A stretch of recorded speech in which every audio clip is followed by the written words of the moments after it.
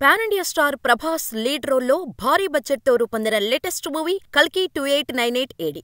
సౌత్తో పాటు నార్త్లోని పలువురు భారీ తారాగణంతో ఈ చిత్రం తెరకెక్కి ప్రపంచవ్యాప్తంగా రిలీజై అన్ని రకాల అభిమానుల నుండి పాజిటివ్ టాక్ని సొంతం చేసుకుంది. ప్రతి ఒక్కరూ రాజమౌళి తర్వాత నాగస్విన్ అంటూ 2898 కోట్లు వసూలు చేసి ఇండియన్ సినిమా రేంజ్ని పెంచుతూ రాజమౌళి రికార్డ్స్తో సహా అన్నిటినీ తొక్కేస్తుంది అంటూ తెగ కామెంట్స్ చేస్తున్నారు. అయితే కల్కి సినిమా చూడటం పెద్ద విషయం కాదు కానీ ఆ సినిమా వెనుక ఎంత కథ జరిగిందో తెలుసుకోవటం మాత్రం చాలా ఇంట్రెస్టింగ్ గా అనిపిస్తుంది. అందుకే ప్రభాస్ ఫ్యాన్స్ తో సహా ప్రతి ఒక్కరూ ఈ సినిమాని చూసి ఎంజాయ్ చేసే సమయంలో ఈ ఫ్యాక్ట్స్ గురించి తెలుసుకుంటే ఈ సినిమా మీకు మరింత కిక్కిస్తోంది. కాబట్టి ప్రభాస్ కల్కి సినిమాకు సంబంధించిన కొన్ని ఇంట్రెస్టింగ్ ఫ్యాక్ట్స్ గురించి ఇప్పుడు తెలుసుకుందాం. ప్రాజెక్ట్ కే అనే వర్కింగ్ టైటిల్ తో 2020 ఫిబ్రవరి 26న వైజయంతి మూవీస్ బ్యానర్ ఈ చిత్రాన్ని అధికారికంగా ప్రకటించింది. అలా చూస్తే ఈ మూవీ పూర్తవటానికి సుమారు 4 ఏళ్ల కన్నా ఎక్కువ సమయమే పట్టినట్టు తెలుస్తోంది. ఇప్పటివరకు భారతీయ సినీ చరిత్రలో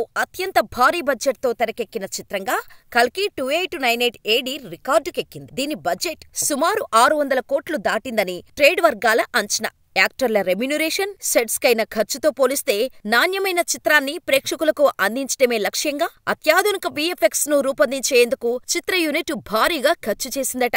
ఈ మూవీకి కల్కి 2898 ఏడీ అనే టైటిల్ పెట్టడం వెనుక ఓ పెద్ద లాజిక్ ఉంది. చిత్ర ట్రైలర్లో 6000 సంవత్సరాల క్రితం కనిపించింది. ఇప్పుడు ఆ పవర్ వచ్చిందంటే అని ఓ వ్యక్తి అంటారు. 2898 నుంచి 6000 సంవత్సరాలను మైనస్ చేస్తే 3102.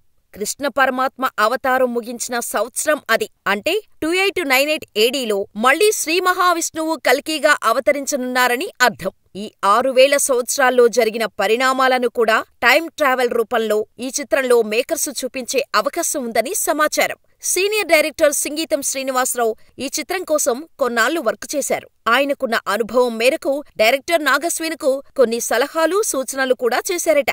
ఈ సినిమా చిత్రీకరణ కోసం మూవీ టీం ఐమాక్స్ డిజిటల్ కెమెరాను వినియోగించారు. Arri Alexa 65, Arri DNA lens ను ఉపయోగించి 6.5K రెజల్యూషన్ తో సినిమా రూపొందించటం వల్ల ఐమాక్స్ ఫార్మాట్ కి అప్ స్కేలింగ్ సులువుగా మారింది. దీంతో పిక్చర్ క్వాలిటీ కూడా మరింత క్లియర్ గా ఉంటుంది. అయితే ఈ తరహా టెక్నాలజీ వాడి తెరకెక్కించిన తొలి భారతీయ చిత్రం కల్కి కావడం విశేషం. ఈ చిత్ర కథ 3 ప్రపంచాల మధ్య సాగుతుందంటూ స్వయంగా ఇటీవలే డైరెక్టర్ నాగస్విన్ కూడా ఇదే విషయం వెల్లడించారు. భవిష్యత్తులో ప్రపంచమంతా వనరులను కోల్పోయి నిర్జీవమైన దశలో కాశీపట్టణాన్ని చూపించారు. ఇక అన్ని వనరులు కలిగి ఆకాశంలో కిలోమీటర మేర ఉండేలా ఓ కాంప్లెక్స్ ను డిజైన్ చేశారు.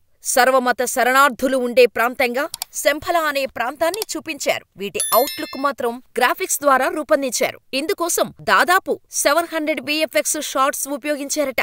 Prime Focus, DNEG, the Embassy visual effects ఇటువంటి ప్రతిష్టాత్మక సంస్థలు ఈ మూవీకి పనిచేసినట్టు సమాచారం. Harry Potter, Interstellar, Dune, Blade Runner వంటి భారీ హాలీవుడ్ చిత్రాలకు పనిచేసిన టీం కల్కి కోసం పనిచేసింది. ఈ చిత్రంలో అశ్వత్థామగా big B Amitabh Bachchan, supreme Yaskin గా లోకనాయకుడు కమల్ హాసన్ నటించారు. దాదాపు 40 ఏళ్ల తర్వాత ఈ ఇద్దరూ ఒకే సినిమాలో కనిపించారు. 1985లో వచ్చిన గిరఫ్తార్లో తొలిసారిగా ఈ ఇద్దరూ స్క్రీన్ షేర్ చేసుకున్నారు. ఈ మూవీ టీంలో అత్యధిక వయసు కలిగిన వ్యక్తిగా 81 ఏళ్ల అమితాబ్ ఉన్నారు. ఇందులో ఆయన పాత్ర మేకవర్ కోసం సుమారు 3 గంటల సమయం పడితే దాన్ని తీయటానికి 2 గంటలు పట్టేదట.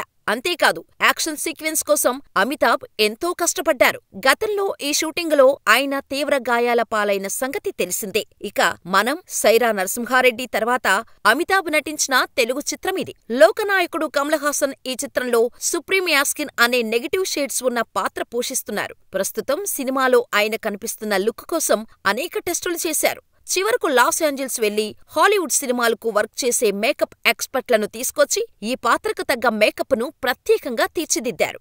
మలయాళ సీనియర్ నటి శోభన ఈ చిత్రంతో 18 ఏళ్ల తర్వాత తెలుగు ఇండస్ట్రీలోకి రీఎంట్రీ ఇవ్వనున్నారు. 2006లో వచ్చిన మంచు విష్ణు గేమ్లో ఆమె చివరిగా కనిపించారు. ఇందులో ఆమె సీనియర్ నటుడు మోహన్ బాబు సతీమణిగా నటించారు. ఈ సినిమాలో కొన్ని సర్ప్రైజులు కూడా ఉన్నాయని సమాచారం. ఇప్పటికే కొందరు ముఖ్య నటులు అతిథి పాత్రలు రివీలవగా మరికొందరు కూడా కనిపించనున్నారట. నాని, దుల్కర్ సల్మాన్, మృణాల్ ఠాకూర్, విజయ్ దేవరకొండలు ఇలా పలువురు పాపులర్ సెలబ్రిటీలు ఈ చిత్రంలో తళుక్కున మెరుస్తారట. ఈ సినిమాలో ప్రభాస్ వాడే బుజ్జి వెహికల్ ను మహీంద్రా రీసెర్చ్ వ్యాలీ టీంతో పాటు కోయంబత్తూరులోని జేఎం ఆటో ఇంజనీరింగ్ టీం సహకారం అందించింది. ఇక ఈ ఒక్క కారు కోసమే మూవీ యూనిట్ 4 కోట్ల రూపాయలకు ఖర్చు పెట్టినట్టు సమాచారం. ఇందులోని ఏఐ బుజ్జి పాత్రకు కోలీవుడ్ నటి కీర్తి సురేష్ వాయిస్ ఓవర్ అందించారు. పాన్ ఇండియా మూవీగా ప్రపంచవ్యాప్తంగా విడుదల కానున్న ఈ సినిమాను వివిధ ఫార్మాట్లలో రిలీజ్ అయ్యేలా రూపొందించారు మేకర్స్. 2D, 3D, ఐమాక్స్, 4DXలోనూ ఈ సినిమాను విడుదల చేస్తున్నారు. విదేశాల్లో 4DXలో విడుదలవుతున్న తొలి తెలుగు సినిమా కల్కి కావడం విశేషం. ఇప్పటికే నార్త్ అమెరికాలో ఈ మూవీకి ఓ రేంజ్లో క్రేజ్ నడుస్తోంది. ఈ నేపథ్యంలో అక్కడ ఈ సినిమా ప్రీ సేల్స్ లోనే అత్యంత వేగంగా $3 మిలియన్ వసూలు చేసిన చిత్రంగా రికార్డుకెక్కింది. ఇక అభిమానులు కోరుకున్నట్టు 2898 కోట్లు వసూలు చేస్తే ప్రభాస్ రేంజ్ మరింత పెరిగి నాగస్విన్ రేంజ్ కూడా రాజమౌళిని క్రాస్ చేస్తుంది అనడంలో పెద్ద ఆలోచించనక్కర్లేదు. మరి మీరేమంటారో మాకు కామెంట్ ద్వారా తెలియచేయండి.